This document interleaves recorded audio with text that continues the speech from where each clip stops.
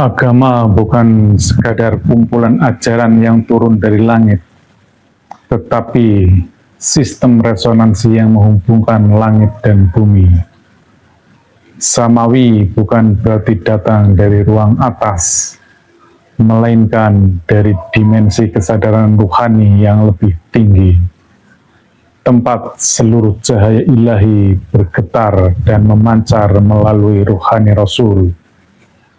Di balik setiap ibadah ada getaran rohani yang sedang mencari sumbernya.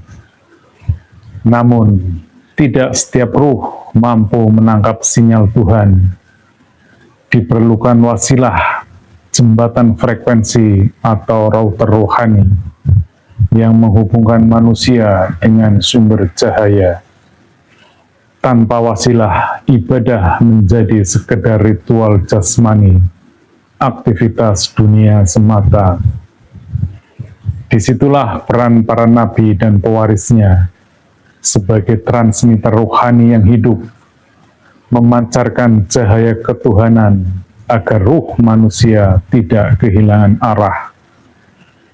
Maka agama samawi bukan sistem kepercayaan buta, tapi teknologi kesadaran multidimensional di mana iman bergetar di alam ruhani dan Islam termanifestasi di alam dunia.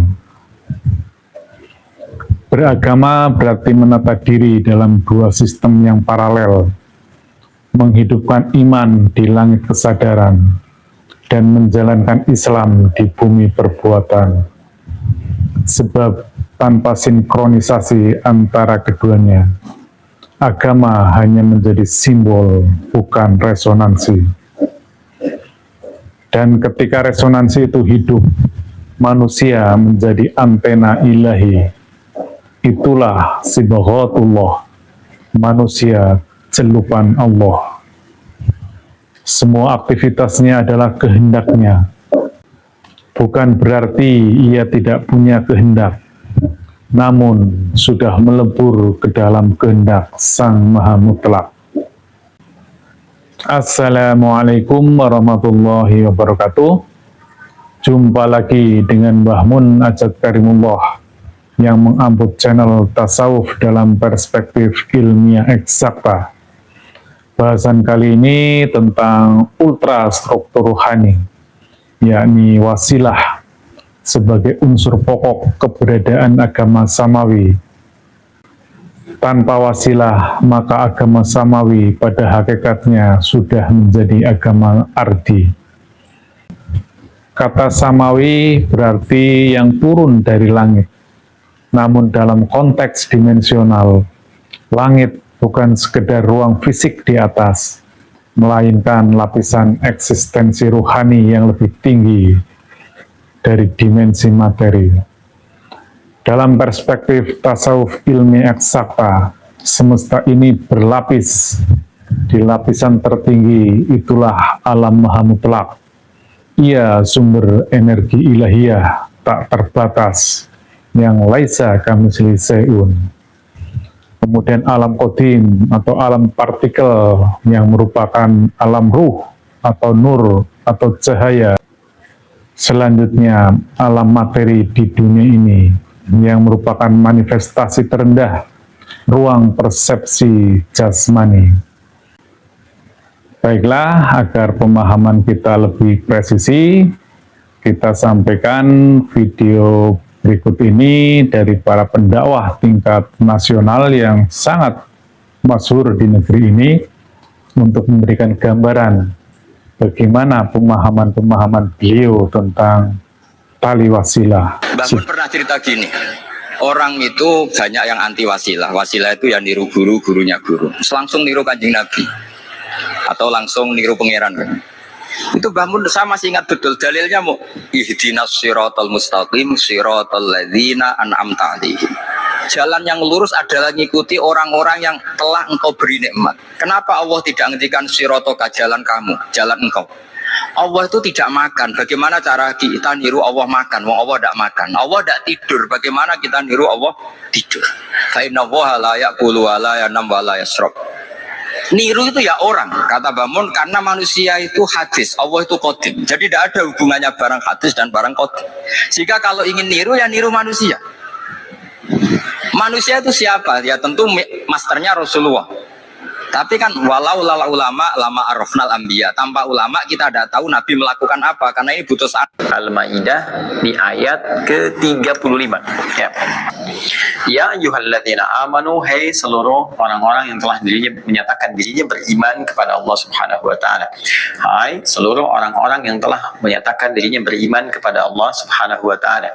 Ittaqullah, tingkatkan selalu takwa kalian kepada Allah Subhanahu wa taala, wabtaghu ilaihil wasilah, dan carilah untuk dengan meningkatkan takwa tadi, ya, dan carilah dengan meningkatkan takwa tadi al-wasilah, ya, satu wasilah untuk memohonkan kepada Allah guna mengabulkan satu permohonan yang Anda inginkan, ya, atau mengharapkan terwujudnya cita-cita yang Anda dambakan. Nah, oleh Al-Quran diberikan gambaran umum. Yang pertama adalah ittaqullah, tingkatkan takwa kepada Allah. Jadi ternyata pertama teman-teman sekalian, cara efektif untuk menunaikan tawassul ini, menjadikan wasilah untuk bermohon kepada Allah, mengabulkan apa yang kita harapkan, maka tawassul pertama kata Allah gunakan dengan peningkatan takwa ini. Nah, teman-teman sekalian, peningkatan apa? Takwa. Jadi ini yang paling efektif. Allah sendiri yang infokan kepada kita. Sepanjang Anda mampu meningkatkan takwa, mampu tingkatkan takwa. Nah, dengan cara meningkatkan takwa itu, jadikan perantara untuk bermohon kepada Allah. Nah, sedangkan takwa itu teman-teman sekalian, kalau kita lihat wujudnya, nggak akan pernah kita temukan dalam Al-Quran kecuali ya pada peningkatan amal soleh kita yang didasari dengan dasar keimanan kepada Allah. Ini penting poinnya. Jadi kalau kita ingin mencoba meningkatkan takwa, maka wujudnya terletak kepada amal soleh, ya, yang didasari dengan keimanan kepada Allah. Tawassul itu, nah ini ada orang mengingkari tawassul. Dan pengingkaran tawassul itu juga karena ahli tawassulnya yang salah menjelaskan. Apa yang Anda pahami tentang tawassul? Ada sebagian orang bertawassul, tawassul itu yang menjadikan orang perantara. Perantara apa? Ya kalau kita mau datang ke raja tak bisa lah, kita melalui istri raja, anak raja. Nah, dengan Allah tak seperti itu. Kita bisa langsung dengan Allah berdoa. Tawassul bukan begitu maknanya. Ini loh kita salah memaknai tawassul sehingga orang lain pun salah menghukumi tawassul.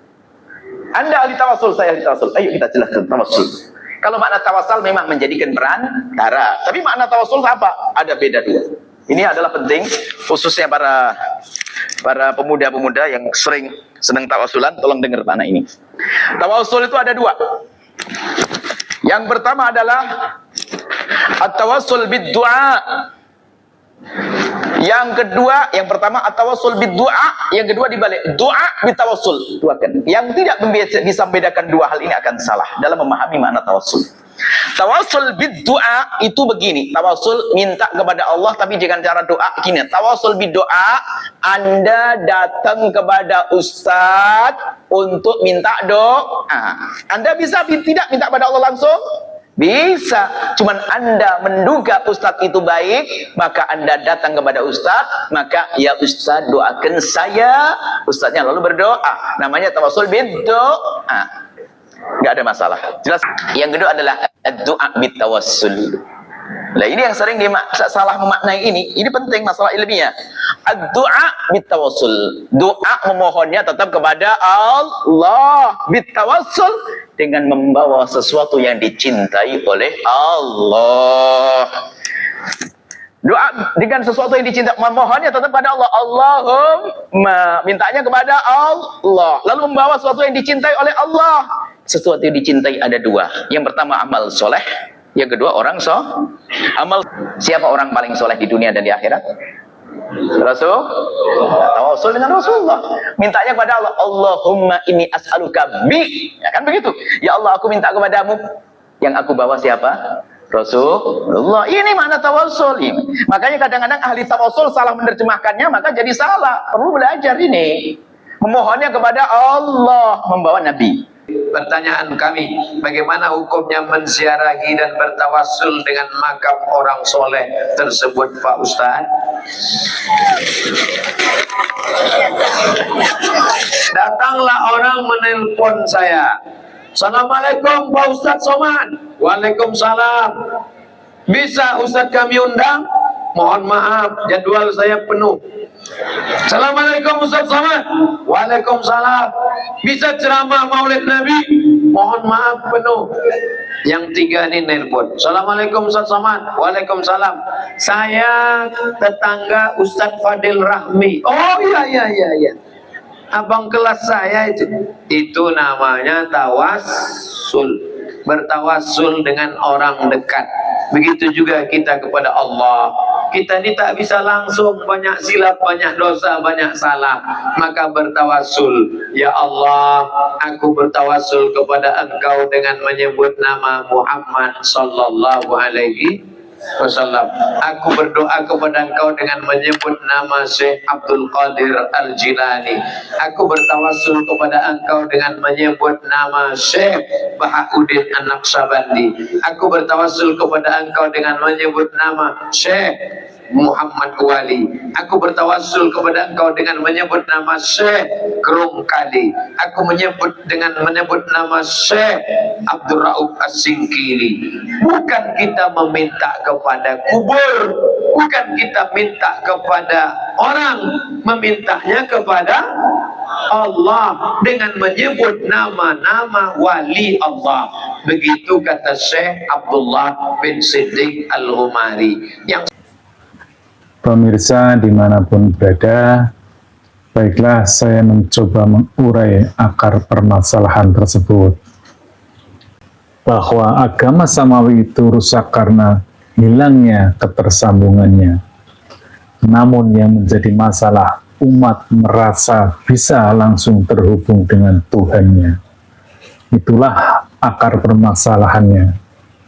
Setelah kita urai, maka saya mendapatkan informasi berikut ini, bahwa kondisi existing atau keyakinan yang ada pada umat adalah sebagai berikut. Yang pertama, kebanyakan umat menyatakan Tuhan kan maha kuasa, Tuhan maha tahu. Artinya, apapun yang dia lakukan, Tuhan pasti tahu. Iya, betul seperti itu. Namun permasalahannya, apakah Anda tahu tentang Tuhan? Kemudian yang kedua, Tuhan sebagaimana prasangka atau dugaanmu. Dan di sini seringkali umat menggampangkan. Kita hanya berprasangka terhadap Tuhan, ya seperti itu keadaannya. Padahal, bagaimana prasangka atau dugaan orang yang tidak tahu Tuhannya? Ini pasti akan terdistorsi amat sangat nyata. Misalnya, untuk menduga berapa produksi padi di tahun mendatang, maka dia harus tahu metodologinya. Tidak asal berprasangka. Dia harus tahu data series beberapa tahun ke belakang. Dia harus tahu faktor-faktor yang mempengaruhi produksi, parameternya, indikatornya, dan banyak hal-hal faktor-faktor yang menjadikan bahan untuk menyusun atau memprediksi angka tersebut. Bagaimana menduga Tuhan kalau tidak ada ilmunya? Ini juga ada distorsi yang sangat nyata. Kemudian pemahaman umat juga, manusia bisa langsung berhubungan dengan Tuhan karena Dia Maha Tahu dan Maha Kuasa. Tapi Tuhannya laisa kamitslihi syai'un, yaitu tidak serupa dengan segala apapun. Atas hal tersebut, maka kita dengan sangat mudah mengetahui distorsinya. Bagaimana alur logisnya, sesuatu yang tidak diketahui dan berbeda dengan segala sesuatu, tapi bisa bersambung. Apanya yang disambungkan? Kemudian berikutnya, umat dalam beragama landasannya biasanya hanya sekedar contoh dan dalil. yang diriwayatkan dari generasi ke generasi, dan itu sifatnya semuanya mekanis dan manual. Atas hal tersebut, masalahnya adalah bisakah hal-hal yang sifatnya mekanik seperti ucapan, gerakan, nafas bisa menembus batas dimensi, ruang, waktu, materi, dan itu secara manual, padahal Tuhan berada pada dimensi yang sangat tinggi. Dan sebagaimana kita ketahui dalam teknologi handphone, ini sudah dapat dengan tegas menjelaskan bahwa sesuatu yang terpisah secara ruang dan waktu, kita memerlukan alat tambahan, apalagi untuk berkomunikasi dengan Tuhan. Kemudian berikutnya, Tuhan selalu menurunkan wahyu melalui utusannya atau rasulnya. Namun yang menjadi masalah, manusia biasa kok merasa bisa langsung berhubungan dengan Tuhan. Padahal Tuhan saja untuk menghubungi manusia, dia perlu utusannya, perlu rasulnya. Tetapi manusia dengan pede bisa langsung menghubungi Tuhannya. Apakah ini tidak semacam law of attraction, atau afirmasi, atau sekedar bawah sadar, atau lebih parah lagi, ini adalah sekedar dogma? Perlu saya jelaskan di sini, bahwa afirmasi itu adalah sejenis untuk memberikan treatment yang terus-menerus kepada bawah sadar kita dan berulang-ulang agar diri kita meyakininya. Itulah sistem kerja dogma. Oleh karenanya, tidak mungkin seorang manusia hanya berdasarkan afirmasi bisa berhubung dengan Tuhannya. Alih-alih malah justru terdowngrade, turun ke alam bawah sadarnya. Apa sih penyebab distorsi tali wasilah? Bahwa pada prinsipnya, sebagaimana Quran Surat Al-Surah 51, tidak mungkin manusia dapat tersambung langsung dengan Tuhannya, kecuali melalui pewahyuan, melalui utusannya, dan di balik hijab. Kemudian, untuk bersambung itu ada yang namanya tali wasilah, sebagaimana Quran Surat Al-Maidah 35. Atas dasar hal tersebut, maka konstruksi tali wasilah adalah sebagai berikut. Di alam ketuhanan inilah Allah Subhanahu wa Ta'ala yang sifatnya laisa kamitslihi syai'un. Tidak mungkin manusia akan bisa menembus dari alam dunia ini langsung ke alam laisa kamitslihi syai'un. Dan di bawahnya ada alam qadim atau alam partikel. Inilah Ruh Rasul atau biasa dikenal juga dengan Nur Muhammad, yang fungsinya adalah sebagai channel atau frekuensi ilahiyah, dan dia berfungsi sebagai adaptor dimensional yang mempersambungkan antara manusia di dunia ini dengan Allah Subhanahu wa Ta'ala di alam laisa kamitslihi syai'un. Dan sering kali terdistorsi adalah makna ruh rasul ini. Ruh rasul atau Rasulullah sesungguhnya itu adalah entitas ruhani, bukan manusia. Namun seluruh nabi-nabi yang ada di dunia ini pada hakikatnya ditempati oleh ruh rasul ini. Nabi di dunia ini fungsinya sebagai transmitter rohani. Rohani dia karena ditempati oleh ruh rasul sehingga frekuensinya sama dengan frekuensi tali wasilah ini. Sehingga umat cukup menginduksinya, atau dulu itu berbaiat dengan Nabi. Yang sejaman dengan Nabi tentu ketika patuh, tunduk, dan berserah diri, pada hakikatnya frekuensinya telah sama. Saya pastikan Nabi punya treatment-treatment khusus agar umat di masa itu bisa bersambung ruhaninya ke dalam sistem wasilah ini. Dan kemudian setelah khotamun nabiyin, khotamul anbiya, Nabi telah wafat, maka Tuhan selalu mengirim pewarisnya. Dan yang paling jelas saat itu adalah ulil amri minkum, yaitu pemimpin rohani di zaman itu. Yang kita tahu itu adalah Abu Bakar As-Siddiq, beliau sebagai khulafa ur-rasyidin. kemudian Umar bin Khattab, Utsman bin Affan, dan Ali bin Abi Thalib. Kita mengenal hadis, seluruh isi dadaku telah kutumpahkan kepada dada Abu Bakar As-Siddiq. Dan pada saat itu umat menginduksi ruhaninya kepada ulil amri minkum dalam bentuk kepatuhan, tunduk dan berserah diri kepadanya. Dan dipastikan ulil amri minkum ini juga telah terhubung ke dalam sistem rohani ini. Sehingga dipastikan umat di sini pun tersambung ke dalam sistem wasilah. Kemudian setelah ulil amri minkum, ini juga ada pewaris selanjutnya yang disebut dengan waliya mursida, kemudian rasulun min anfusikum, al ulama warasatul anbiya. Bahkan waliya mursida dijelaskan secara tegas dalam Quran surat Al-Kahfi 17. Di situ Allah dengan tegas menyatakan tersesat jika tidak ketemu dengan seorang waliya mursida. Ini betapa pentingnya kita dapat bertemu dengan pewaris Nabi yang bisa mempersambungkan rohani kita ke dalam sistem wasilah. Dan di sini pun umat menginduksinya kepada pewaris-pewaris Nabi ini dalam bentuk kepatuhan, tunduk, dan berserah diri. Yang jadi permasalahan adalah ketika kita tidak bertemu dengan pewaris Nabi, kita hanya mengikuti tafsir, sekalipun itu tafsir Quran dan hadis, namun kita akan tunduk kepada siapa? Sehingga ketertundukan kita, keberserahan diri kita, pastilah kepada golongannya, firqahnya, mazhabnya, atau ada juga yang bersolok karir sesuai pendapatnya sendiri. Dan di sini kebanyakan orang merasa bisa langsung bersambung pada Tuhannya tanpa melalui wasilah.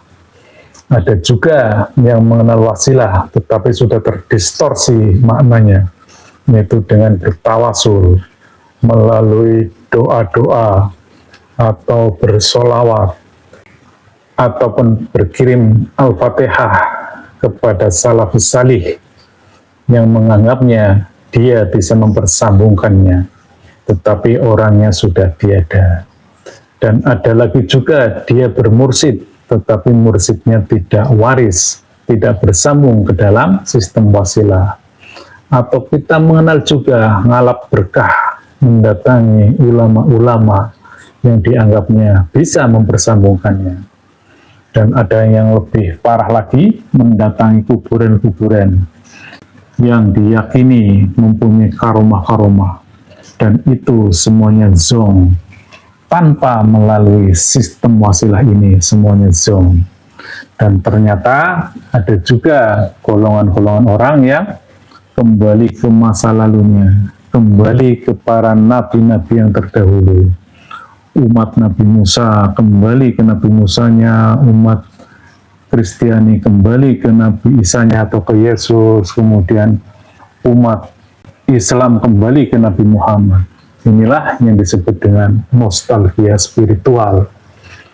Karena setelah khotamun nabiin selalu ada hamba-hamba yang disucikan rohaninya, yang memfungsikan fungsi nubuah dan fungsi pewahyuan.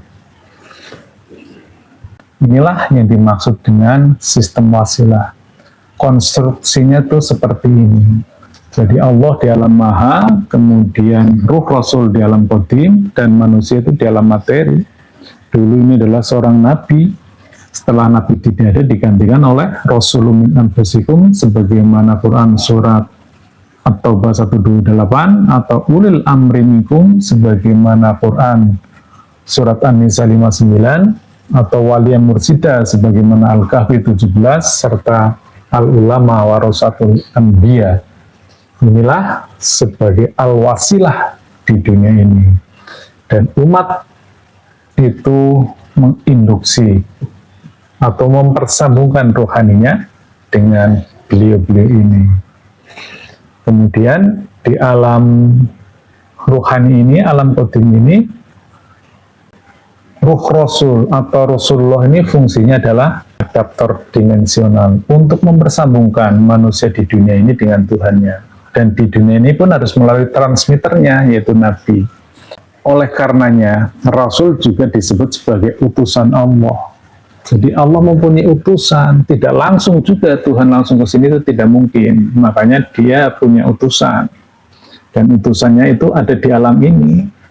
Alam qadim ini yang sifatnya permanen. Jadi ini mutlak, ini baku, kekal, ini tidak berubah sepanjang masa. Ini tetap ada walaupun dunia ini tidak ada. Walaupun dunia ini belum ada, ini sudah ada. Kemudian ini juga Rasulullah itu juga fungsinya sebagai rahmat bagi semesta. Al-Anbiya 107. Jadi bukan nabinya yang menjadi rahmat bagi semesta.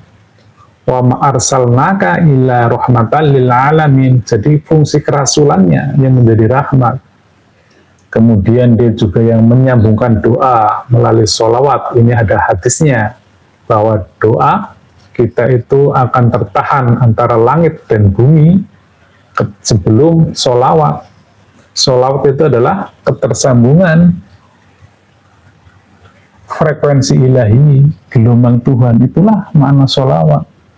Kemudian Rasul di sini juga mempunyai fungsi memohonkan ampun kepada kita dan kemudian membacakan lembaran-lembaran suci atau kitabullah. Bahkan di agama lain ini disebut juga dengan Ruhul Kudus.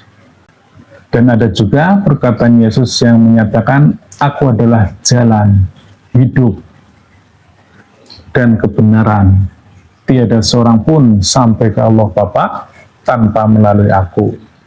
Demikian juga dalam Bhagavad Gita juga disebutkan, dengan penghambaan kepada aku adalah jalan mengenal aku.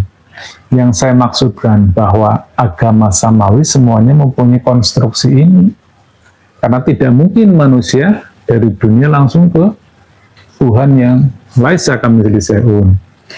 Dan kalau kita cermati banyak juga ayat-ayat yang ternyata konstruksinya tuh seperti itu.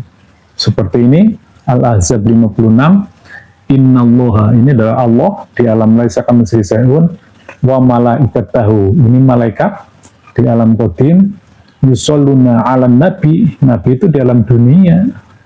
Kemudian An-Nur 35, Allah di alam laisa kamitslihi syai'un, nurus samawati, ini adalah langit, langit adalah alam ruhani, wal ardi, ini adalah bumi.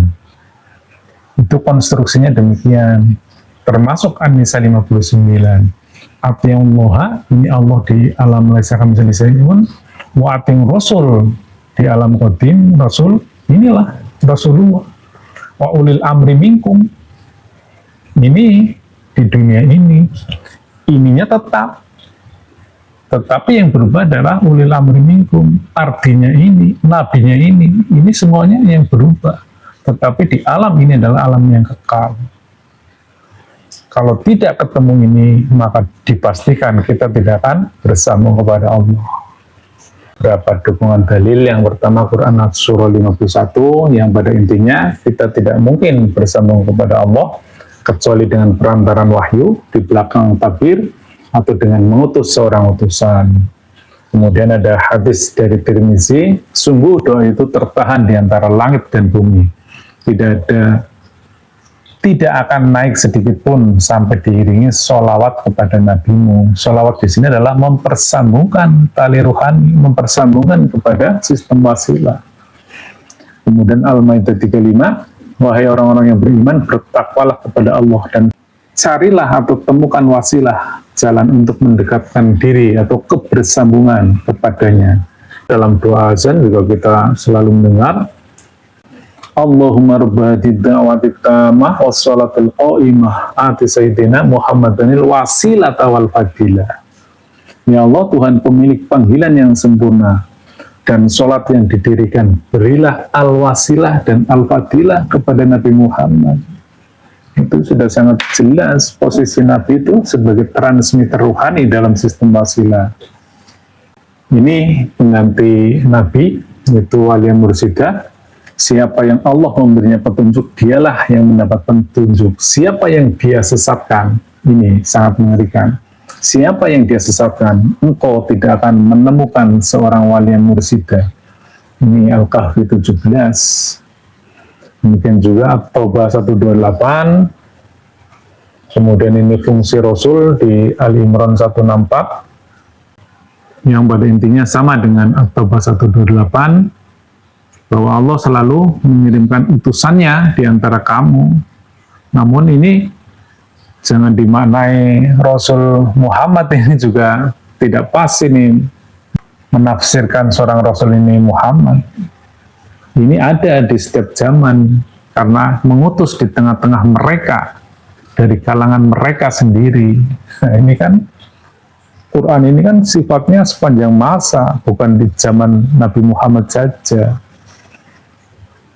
Dan seterusnya saya kira banyak sekali ayat-ayat yang mendukung tentang kebersambungan tersebut.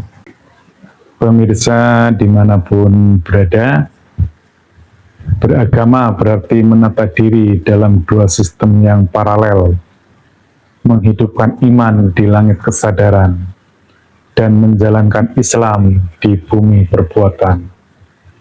Oleh karenanya, perlu sinkronisasi antara keduanya, antara bumi dan langit. Itulah perlunya ultrastruktur ruhani, tali wasilah sebagai penghubung antara ruhani manusia di dunia ini dengan Allah Subhanahu wa Ta'ala di alam laisa kamitslihi syai'un melalui adaptor dimensional ruhani Rasul. Tanpa wasilah tidaklah mungkin kita dapat bersambung kepadanya, sebagaimana Quran surat Asy-Syura 51. Demikian, mohon maaf sekiranya banyak hal yang kurang berkenan dalam penyampaian kami ini. Saya akhiri, illahi anta maksudi waridhoka matlubi. Wassalamualaikum warahmatullahi wabarakatuh.